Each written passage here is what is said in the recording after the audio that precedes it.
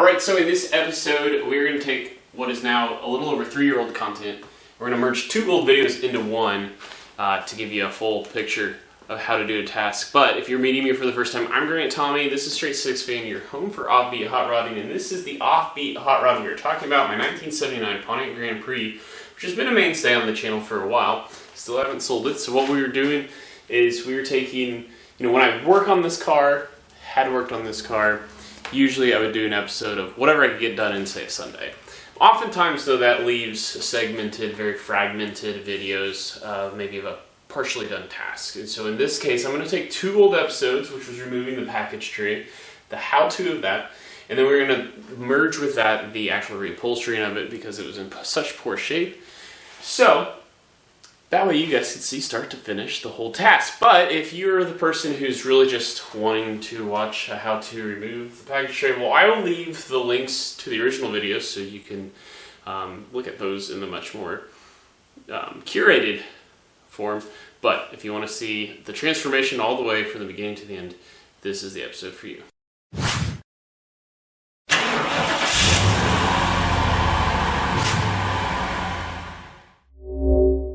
One of the things I didn't show you guys when I did the project unveil was that the previous owner, when the factory speakers all got blown at some point, well, instead of replacing speakers in the factory locations, they bought like boxes, like a 6x9 box, and they set it on the back of the package tray.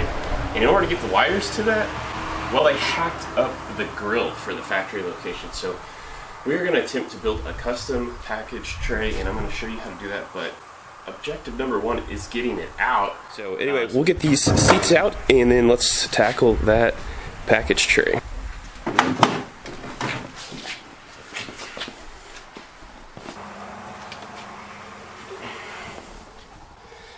A little tight in here, but this is what it looks like. This is the starting point of where we got to be. We have the lower portion of the seat out, and we've got to pull this vertical part of the seat out in order to get to the package tray and get it pulled out. Star bits at the seat belts, which also include the bracket that holds this on. So we'll get star bit. It's a T50 Torx, and then you can see this bracket is what holds the seat back on as well. So we got to get these out, and I've already tried previously getting these out, and boy, they're in there good. So this is going to be a struggle, but let's get after it.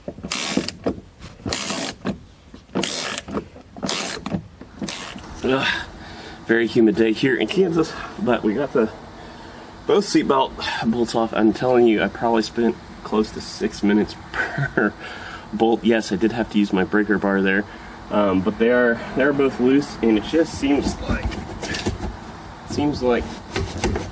I should just pop the seat up. It's loose at the bottom. There we go. Just push up on it. I don't know if you guys caught that, but there we go. It just comes off.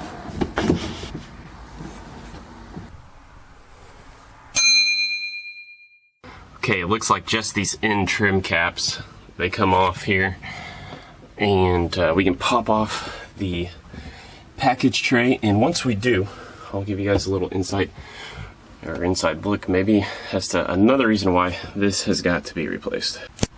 Okay, screws are out, but it actually appears this trim piece may be connected to the C-pillar panel, so it's okay. This all's coming out at some point to refinish it. That is so gross. But it looks like we can just kind of lift it up and then pull out the package tray like so. So let me set the camera down, use 2 hands so we don't damage anything super bad. Alright, package tray is out, and there was like a rubber mat, a sound deadening mat on top of this, but we might look at getting some product like a kill mat or something to go up here. But the other reason why we gotta do a custom package tray as well, I don't know if you can see that, but there are some 5x7 speakers that were a freebie from Craig Durbin here on YouTube once upon a time. Well before I had this car, but because the factory 4x10s were blown, we're going to use those because they're free. I think I can make them work. It's obviously going to have a little different shape, so when we do the package tray, I want the grill to match the 5x7s as opposed to the stockers. So anyway, our next objective is getting those speakers mounted, and that way we know what we're going to build around. Alright, factory 4x10s were held in by this kind of spring device. You know, you kind of clamped one side in, slid it in, whatever. But 5x7s being bigger than 4x10s, I think we're just going to probably do like a sheet metal tack screw if we can find good solid spots. So we're going to give that a shot, and then we'll be in good shape for building a custom package tray. And I think we're going to build it out of MDF. I think is what we're going to end up doing. But anyway, let's see what kind of luck we have getting these speakers. So we tried the self-tapping screw, and the problem is just because there isn't just enough physical space in this dimension, it was going to bind things up, and I actually found we were scraping this guy on the center divider, so we went ahead and cut that out, which means we're going to try to make the factory spring system work. So we're going to have to bend it and shape it a little more than what it is, but also it looks like the portion of the speaker, like we were gonna have some metal on metal instance, so I'm gonna use a little bit of kill mat to act as an isolator, so hopefully we don't have bad vibrating sounds. But anyway, I think this is gonna work out slick. There we are, tight fit, but it works, it's free. Those 5x7s cost me nothing to install.